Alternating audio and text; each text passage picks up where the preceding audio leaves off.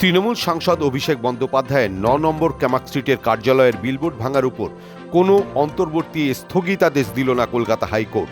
শুক্রবার মামলার শুনানিতে অন্তর্বর্তীকালীন নির্দেশের আর্জি সরাসরি খারিজ করে দিয়েছেন বিচারপতি রাজা বাসু চৌধুরী। যেহেতু হোর্ডিংটি ইতিমধ্যেই খুলে ফেলা হয়েছে, তাই নতুন করে অন্তর্বর্তী সুরক্ষা দেওয়ার প্রয়োজন নেই পর্যবেক্ষণ হাইকোর্টের।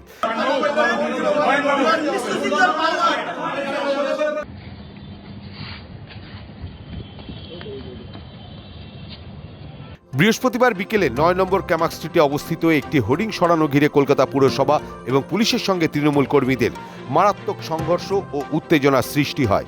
বৃহস্পতিবার হঠাৎই কেএমসির আধিকারিকরা পুলিশকে সঙ্গে নিয়ে ক্যামাক স্ট্রিট অফিসে অভিষেক বন্দ্যোপাধ্যায়ের অফিসের সামনে আসেন। অভিযোগ, কোনো বৈধ অর্ডার কপি না দেখিয়েই অফিসের বাইরে থাকা সাইনবোর্ড এবং হোর্ডিং সরাতে উদ্যত হন।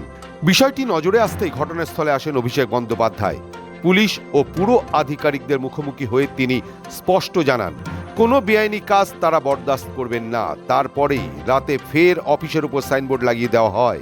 এদিকে সরকারি কাজে বাধা দেওয়ার এবং হামলার অভিযোগে ইতিমধ্যেই ১৩ জনকে গ্রেপ্তার করা হয়েছে এবং ৩টি পৃথক মামলা রুজু করেছে।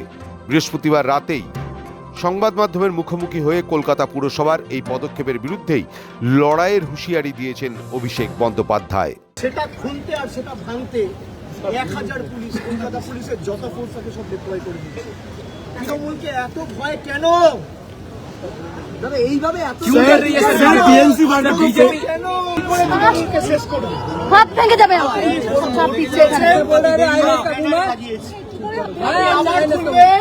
আমি আবার লাগাবো, কাল খুলবেন, আবার কাল এসে লাগাবো, পরশু খুলবেন, আবার আমার জায়গায় মহামান্য প্রধান বিচারপতির দৃষ্টি আকর্ষণ করেছি। আগামীকাল মামলার হিয়ারিং রয়েছে। আমরা বিচার যত দূর যাওয়ার আমরা যাব। যে পুলিশ আধিকারিকরা, অফিসাররা আজকে অবৈধভাবে প্রাইভেট প্রপার্টিতে ঢুকে গায়ের জোরে তাণ্ডব লীলা চালিয়েছেন, একটারও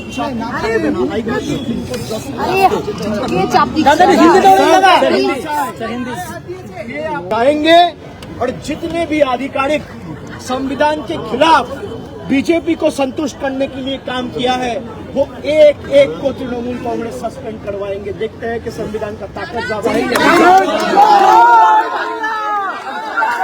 ক্যামাক স্ট্রিটে তৃণমূল কংগ্রেসের অফিসের বিলবোর্ড খুলে দেওয়াকে কেন্দ্র করে সেই জল গড়িয়েছে কলকাতা হাইকোর্টে। অভিষেক বন্দ্যোপাধ্যায়ের অভিযোগ, রাজনৈতিক প্রতিহিংসা পরায়ণ হয়ে বিজেপির নির্দেশে তার ব্যক্তিগত সম্পত্তিতে বেআইনিভাবে হস্তক্ষেপ করেছে পুরসভা। অভিষেকের অফিসের সেই হোর্ডিং ভাঙার সিদ্ধান্তের বিরুদ্ধে আদালতে দ্বারস্থ হয়েছে কালীঘাট তৃণমূল। তবে শুক্রবার কলকাতা হাইকোর্টের একক বেঞ্চ সেই আবেদন খারিজ করে দিলেও যেহেতু হোর্ডিংটি ইতিমধ্যেই খুলে ফেলা হয়েছে, তাই নতুন করে অন্তর্বর্তী সুরক্ষা দেওয়ার প্রয়োজন নেই জানালো উচ্চ আদালত। শুনানিতে আদালত জানায়, শুধুমাত্র আশঙ্কার ভিত্তিতেই কোনো নির্দেশ দেওয়া যুক্তিযুক্ত নয়।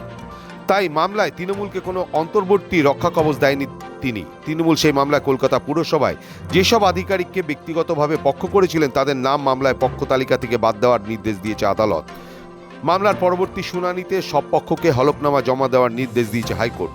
কলকাতা পুরসভাকেও হোর্ডিং সংক্রান্ত জায়গা এবং সম্পত্তির মালিকানা এবং মালিকের বৈধতা সম্পর্কে আদালতে জানাতে হবে। সব পক্ষ হলফনামা জমা দেওয়ার পরে প্রয়োজন হলে তাদের আবেদনের ভিত্তিতে মামলার পরবর্তী শুনানি করবে কলকাতা হাইকোর্ট। সৌভিক সান্যালের রিপোর্ট, সময় কলকাতা।